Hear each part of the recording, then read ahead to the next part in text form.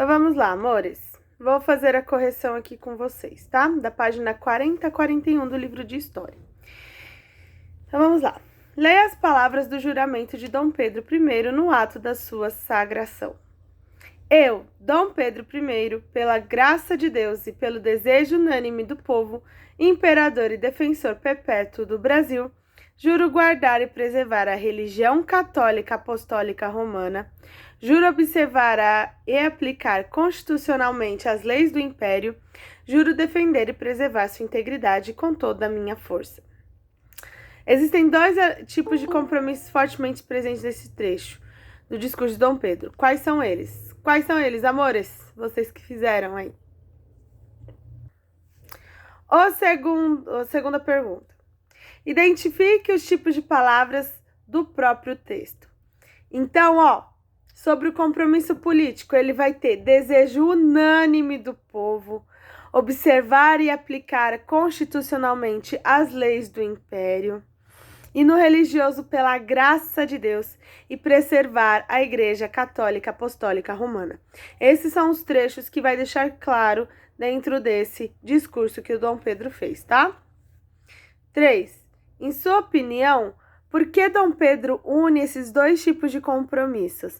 Então, gente, olha só, como eu falei para vocês, a religião católica, principalmente nesse período, vai ser uma coisa fundamental, tá? Dentro da religiosidade. Por exemplo, a gente não aceita que uma pessoa chegue e fale que é de fato assim, preconceituosa. Fala assim, eu não gosto de negros, vamos colocar assim, né? Eu não gosto de negros. A gente ia conseguir eleger esse cara? Não, porque ele tá falando uma coisa extremamente contrária a tudo aquilo que todo mundo acredita. Apesar de não falar implicitamente e ter aqueles que não vão aderir a isso, mas, apesar disso, a gente ainda vai ter essa presença marcada, tá? Então, a gente não quer esse tipo de pessoa. Naquela época, a gente não quer uma pessoa que não seja religiosa. Toda a ética e moral era junto com a igreja, caminhava junto. Não se podia falar mal da igreja. Se você fosse contra a igreja, você era ovelha negra da família e esse tipo de coisa, tá? Então, por que ele vai honrar esses dois compromissos, né? Por conta disso, do apelo moral e ético daquela religião. E o político, meus queridos, porque afinal de contas, a gente deseja que aquela pessoa siga de acordo com os nossos interesses, com o interesse da população. Então, ele também vai ressaltar isso, certo? Que ele vai de encontro ao que o povo deseja. Leia o texto apresentado a seguir e responda as questões. Dentre os 90 constituintes eleitos por 14 províncias... Peraí que entrou alguém. Olá, seu Vladimir, tudo bom?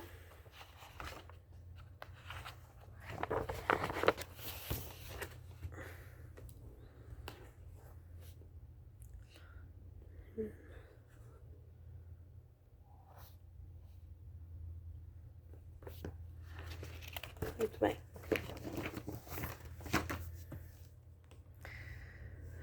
Então, vamos lá.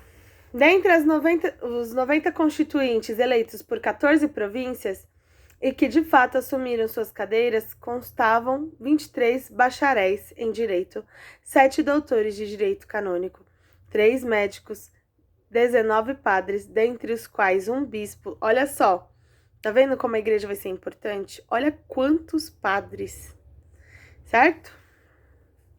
Onde é que tá? 3 marechais de campo e 2 brigadeiros, além de alguns proprietários rurais e funcionários públicos. Não brigadeiro de doces, brigadeiro de cargo militar, tá bom? Eram, na maioria, liberais moderados, representantes da ordem e do centro.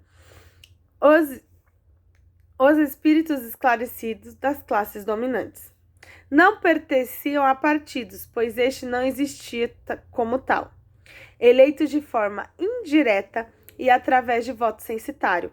Quem não lembra, voto censitário quando você tem uma determinada faixa etária de dinheiro, né? Aí você consegue votar. Lembrando também que apenas homens votavam, certo? não representavam certamente a massa excluída por aquele sistema. Representavam, na verdade, em grande parte, os interesses da aristocracia rural, ou seja, os interesses dos agricultores brasileiros, tá? 4. Pode-se dizer que a Constituinte de 1823 já nasceu dividida? Por quê? Porque, meus queridos, a gente pode dizer sim, porque ela vai abrigar uma grande diversidade dentro dos interesses políticos e econômicos, que vão ser representados pelas facções das províncias, né? Então, como a gente viu, a gente vai ter uma diversidade muito gigantesca dentro da Constituinte. Vai ter 23 bacharéis, vai ter padre, vai ter médico, vai ter proprietário rural, vai ter militar. Então, como tem várias classes ali, né? Claro, classes de elite, vai ter várias classes ali, não vai ter um comum acordo, então ela vai ser muito dividida, porque todos os que estão participando querem ter os seus direitos mostrados, né? Engrandecidos e esse tipo de coisa, tá bom? Então, nesse caso, a gente vai ter isso daí, certo? Então, vai ser dividida porque existia uma gama gigantesca de diversidade dentro dos constituintes na hora de fazer a Constituição. Certo? Entenderam? Todo mundo entendeu? Sim ou não? Quem fez tá certinho? Sim? Alguma dúvida? Então tá. 6. Quais foram as principais razões para a dissolução da Constituinte? O imperador ele vai dissolver a Constituinte porque eles queriam restringir os poderes e limitar o poder do nosso Pedrinho, tá bom? Então, o imperador ele vai distinguir a Constituinte, ele vai dissolver, ou seja, ele vai acabar com ela, porque a Constituinte ela deseja limitar os poderes do imperador e eles não queriam isso, tá bom? Eles não, né? Pedrinho não queria isso. Analise a frase de Dom Pedro. Juro defender a Constituição que está para ser elaborada se ela se mostrar digna do Brasil e de mim. O que ele quis dizer com isso? Assinale uma alternativa correta. Que a Constituição só seria digna dele caso defendesse os interesses do seu pai, Dom João VI, no Brasil? Não, não fala nem do pai nesse trecho, né? Que ele juraria defender a Constituição em elaboração se esta, na prática, funcionasse em benefício do Brasil em sua faceta mais empobrecida? Não, também, ele não falou nada disso. Que se a Constituição resguardasse a posição do imperador e do Brasil em sua visão, então, e só assim, ele faria cumprir os votos do imperador e defensor. Ou que a Constituição só realmente é digna quando defende a perspectiva, a necessidade e os direitos de todos os cidadãos, ou nenhuma das alternativas. No caso, amores, vai ser a terceira, tá bom? Só se ela resguardasse o imperador, ou seja, se mantivesse aquilo que o imperador desejava, tá bom? Caso contrário, vamos esquecer a Constituição, porque não tem necessidade, né? Qual foi o desfecho da Constituição de 1823 para os parlamentares que dela participaram? Encerrou-se com uma devassa, né? Um chopezinho. Vários deputados presos, depois deportados outros, né? Então a gente tá vendo que não rolou, porque houve muitas manifestações dentro do governo. Tá? Na hora que eu falei do chope era piada, tá, gente? Pelo amor de Deus. Então, só pra deixar claro. Certo? Então vai ter ali várias pessoas sendo presas e tudo mais, porque iam contra os interesses do Pedrinho. E ele não gostou. Certo? Tranquilax? Sim ou não? Acho que sim. Então vamos lá. Página 42, né?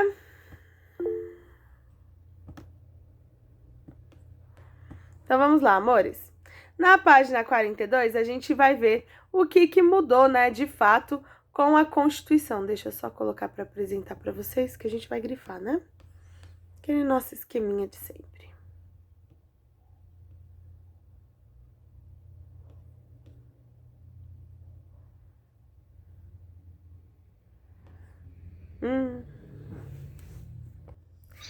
Então, em março de 1824, vai ter essa carta constitucional, que quem vai fazer vai ser os amiguinhos de Dom Pedro, e aí vai, claro, atender aos interesses que ele tinha, certo?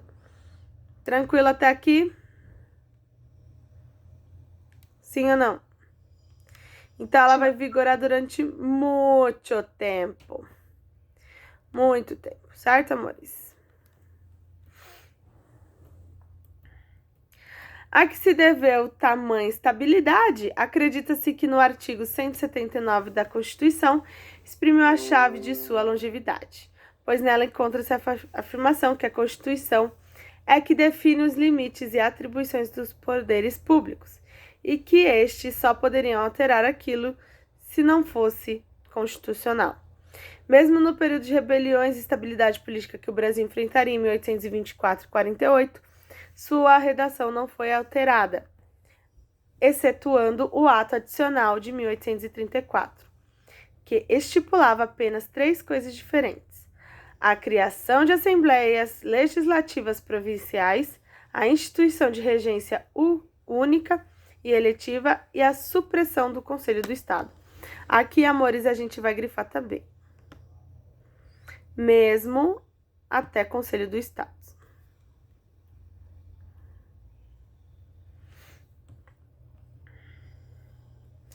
Certo, chuchus?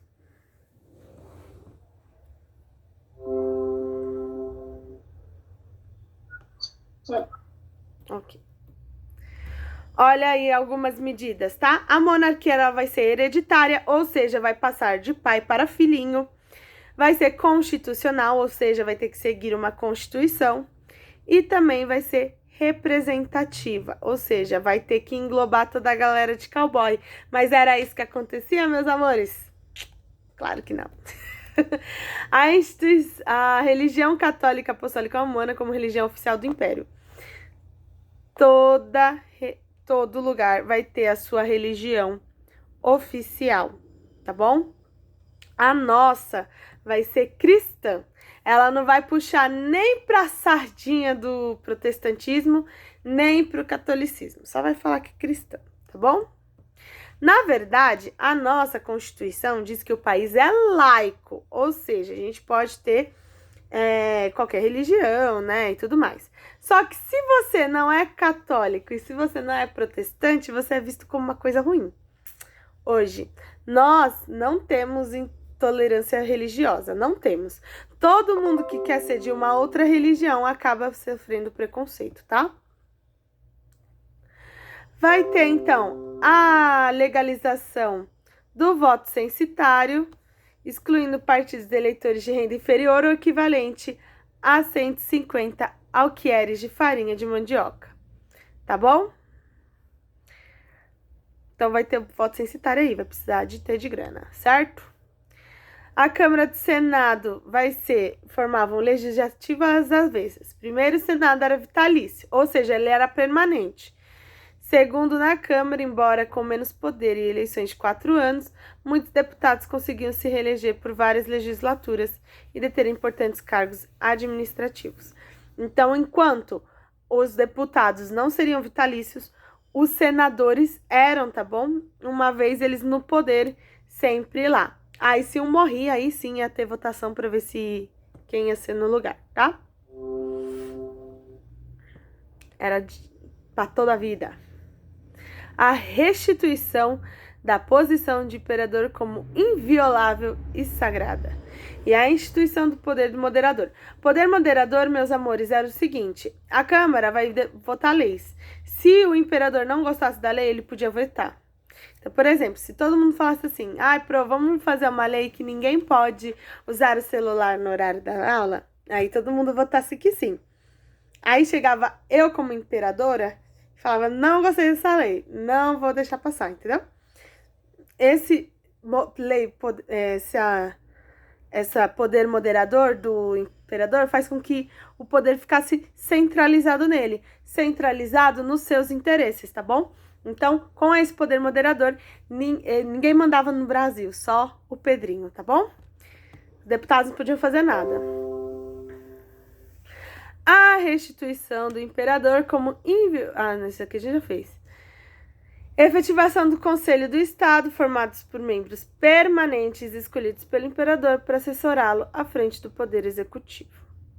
Além disso, o imperador ainda tinha o poder de vetar e dissolver as câmaras dos deputados nos casos em que exigisse a salvação do Estado, estabelecendo assim o poder de esquema e centralização de poder político administrativo.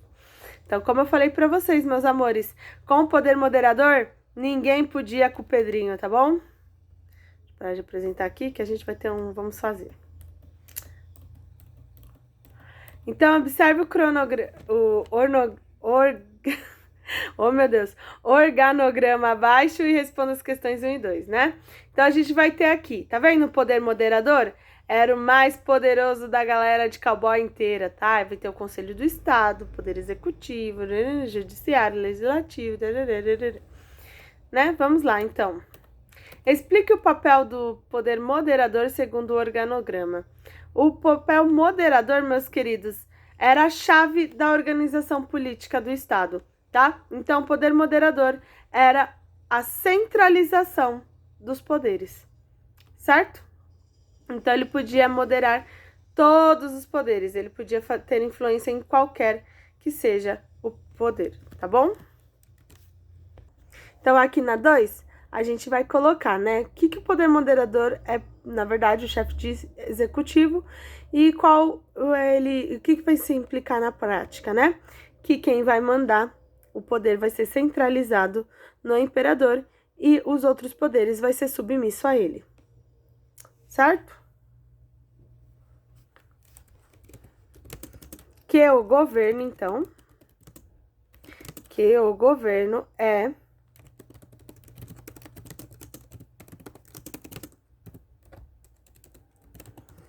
centralizado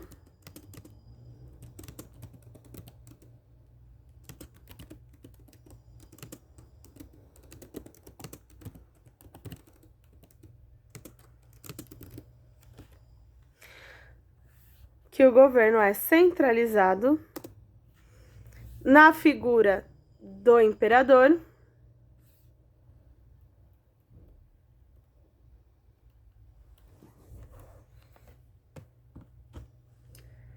e os outros poderes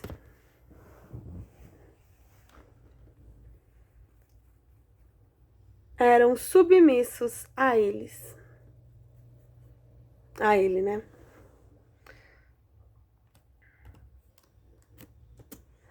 Todo mundo pegou?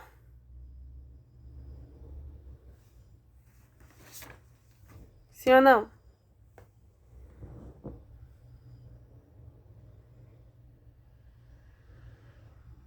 Sim. Diego.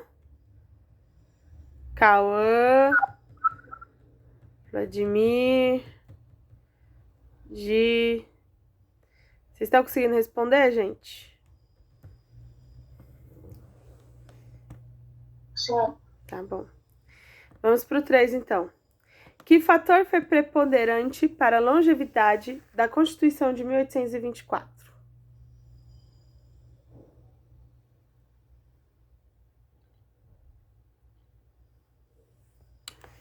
O que a Constituição fez, gente?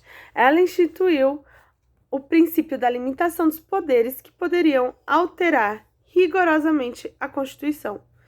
Então, ele vai relegando o seu poder de mudanças e se não fosse estritamente constitucional, tá bom? Então, no caso, ele vai instituir a limitação dos poderes, tá bom? Elas poderiam ser alteradas dentro da Constituição, certo? Se não fosse estritamente inconstitucional, tá bom? Ah, você não achou o livro ainda, seu Cauã? Então, vamos colocar aí, tá? Instituiu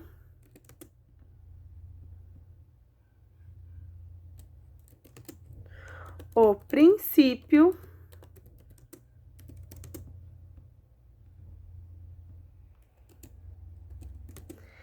de limitação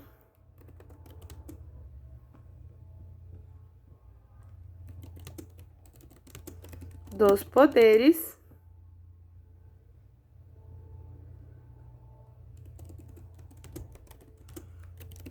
que poderiam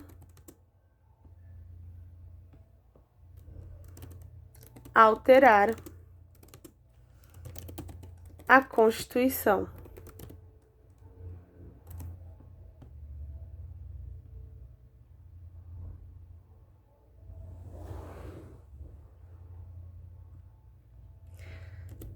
Certo, chuchus?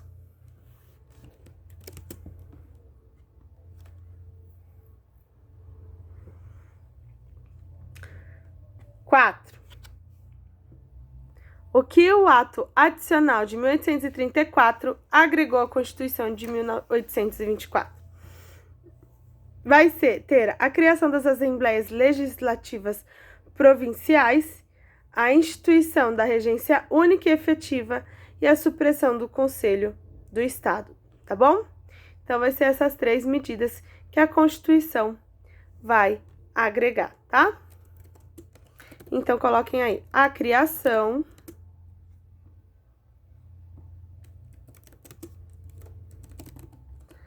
das Assembleias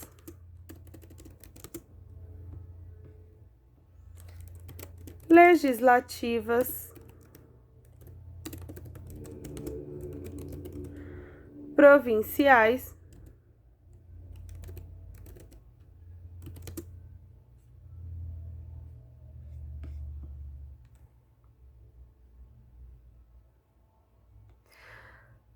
a instituição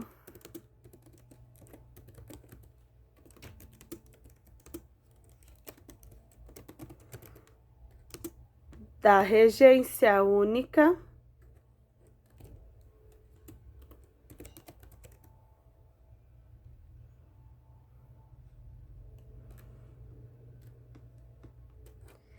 e efetiva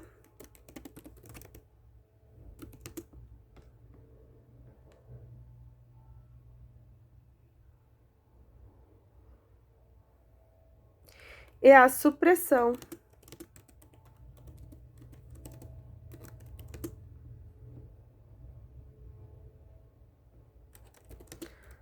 do Conselho de Estado.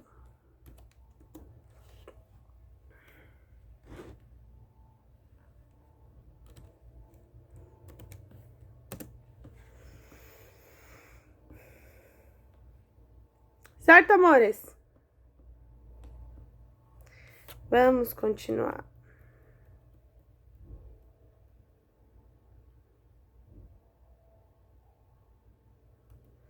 Prestem atenção. A Constituição, uma das coisas mais importantes que vocês precisam saber dessa Constituição, é que essa Constituição ia liberar todas as religiões, tá bom? Elas vão ser permitidas, certo? Então, só que a religião oficial da Constituição vai ser a Igreja Católica Apostólica Romana, tá bom?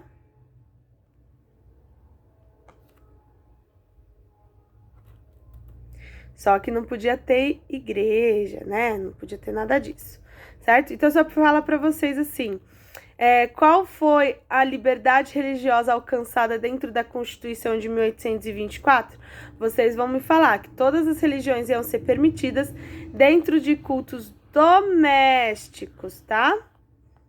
Domésticos. Não pode ter templos gigantescos para isso, nada disso. Só a Igreja Católica podia, tá bom? Mas o restante tá liberado, certo? Muito importante isso.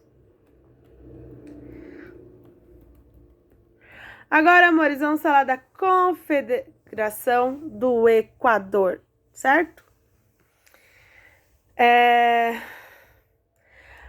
Com a Constituição, tá? Com a liberação, vamos colocar assim, das regiões, né? Com o estado da metrópole, o que vai acontecer, meus amores? Apesar de não ter nenhum conflito para que Portugal se tornasse um lugar, Brasil se tornasse um lugar livre, né, da sua metrópole, houve conflitos internos, tá bom? Internos no Brasil, que não desejavam sair do status de colônia portuguesa, tá? Tinha alguns lugares que não ia costar. Como que o Brasil virou, né, uma constituição? Quando o Brasil virou um lugar independente? Quando Dom Pedro aceitou pagar uma multa para Portugal para ser livre, tá bom? Então vamos lá. Por isso que não houve conflitos, tá? Mas não quer dizer que internamente não vai acontecer, certo? Então vamos lá. A partir da publicação da Carta de 1824, Dom Pedro I enfrentou uma crescente onda de protesto contra seu governo perante diversos setores, desde as elites até as camadas populares, seja na capital ou nas demais províncias.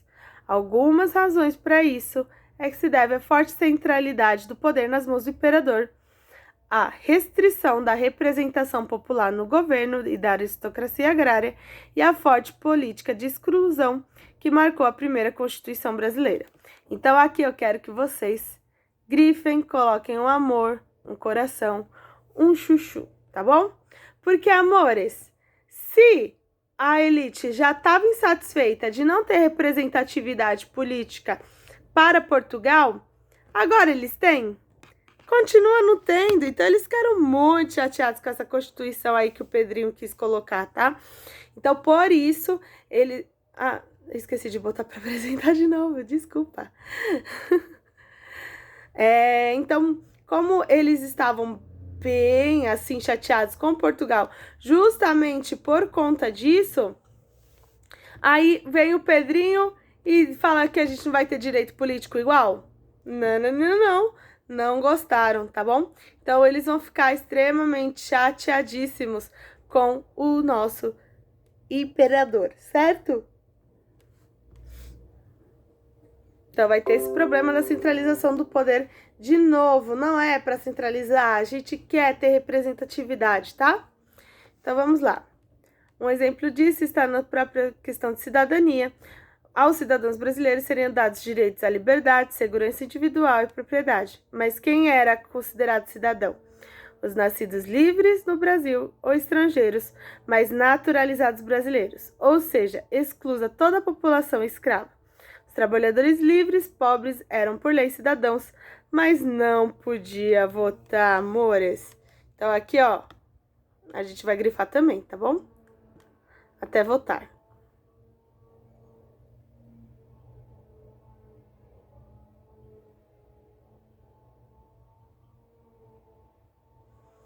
Certo, chuchus? Vou precisar parar por aqui, porque já dá o horário. Mas com alguma dúvida, algum choro, alguma lamentação até então? Não?